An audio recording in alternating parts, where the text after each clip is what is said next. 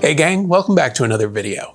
Now for the longest time I've wanted to add a family crypt to our cemetery display, but never really had a good reason to. Until now. So this is part 1 in the series on how to build a family crypt. So let's get to it. With my plan in hand, the first thing I needed to do was to glue up some foam. I'm using a few scrap pieces which I'll glue together with my favorite foam glue after spraying the surface down with a bit of water since the glue is moisture activated.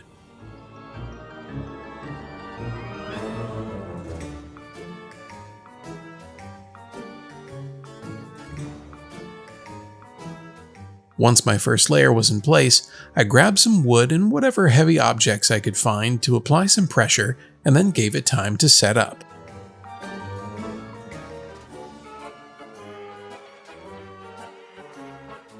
When the glue had dried, I repeated the process, but this time with a solid piece of foam. This will be my outward facing surface, so I wanted to make sure that there were no seams to get in the way.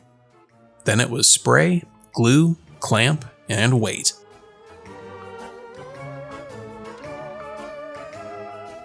While I waited for the glue to set up, I printed out my design and will use it as a template for where to cut.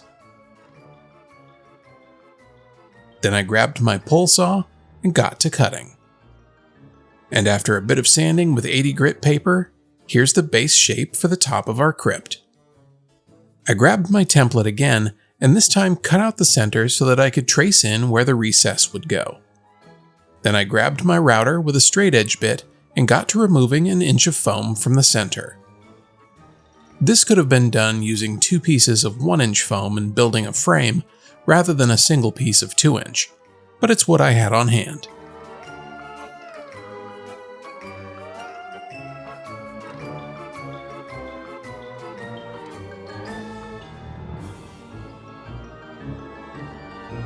After the mess was cleaned up, it was time to give the base a bit of sanding with some 80 grit sandpaper. This will help to straighten out any lines and tidy up the face to remove any router marks.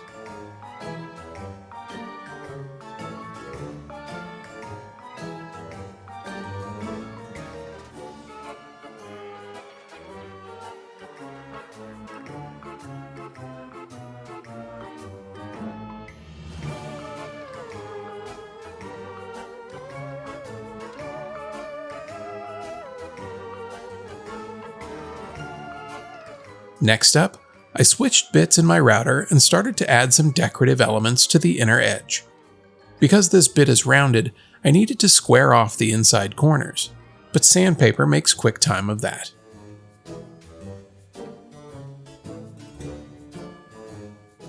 I also used a piece of PVC pipe with sandpaper wrapped around it to even out the routed edge.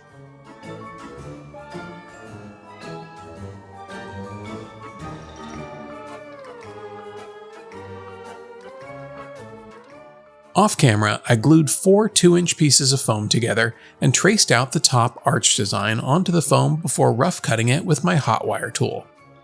Then I used my Surform rasp to get it closer to its final shape.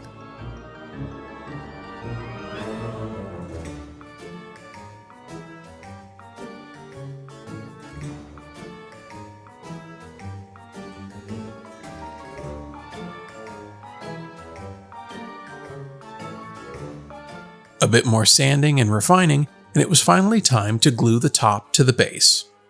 Once it was roughly in place, I used a heavy metal plate as well as some bamboo skewers to help lock its placement while the glue dried. I eventually threw some clamps on it as well to make sure the bond was really secure, since the contours of the 2 parts weren't exactly the same. Now that everything was bonded together, I could add in some decorative edging to the top arch.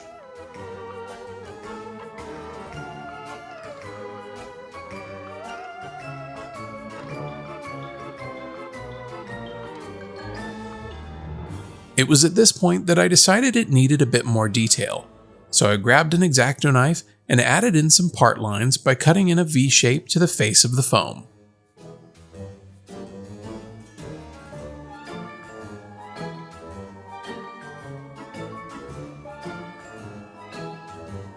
While all the foam work was happening, I 3D printed these finials for the outer edges of the crypt top.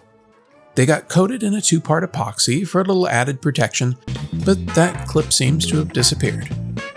Before I can wrap up this build, I'll need to fill all of the seams with a bit of paintable caulking.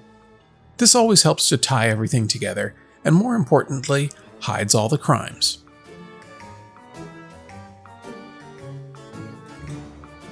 One last detail that I wanted to add was a family name.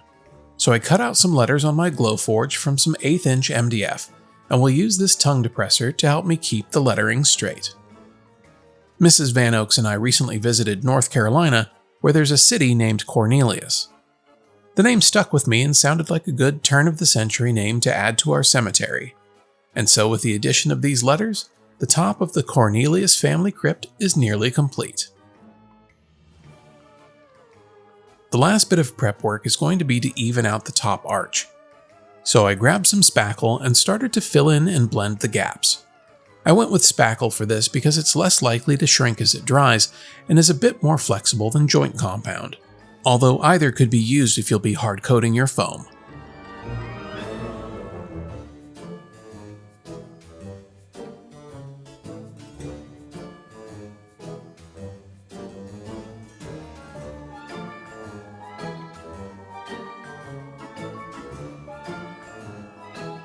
Because there's a lot more foam work to be done for this project, I'm going to hold off on giving this a final sanding and hard coating until the rest is finished.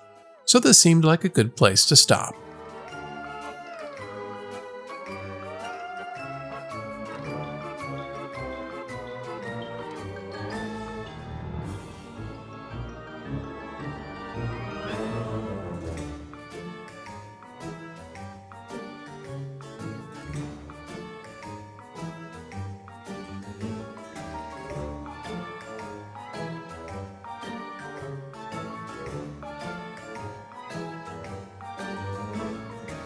Well, that's one part down and probably another 2 or 3 to go. That's going to do it for this one. Be sure to like and subscribe if you haven't already, but most importantly, go make something.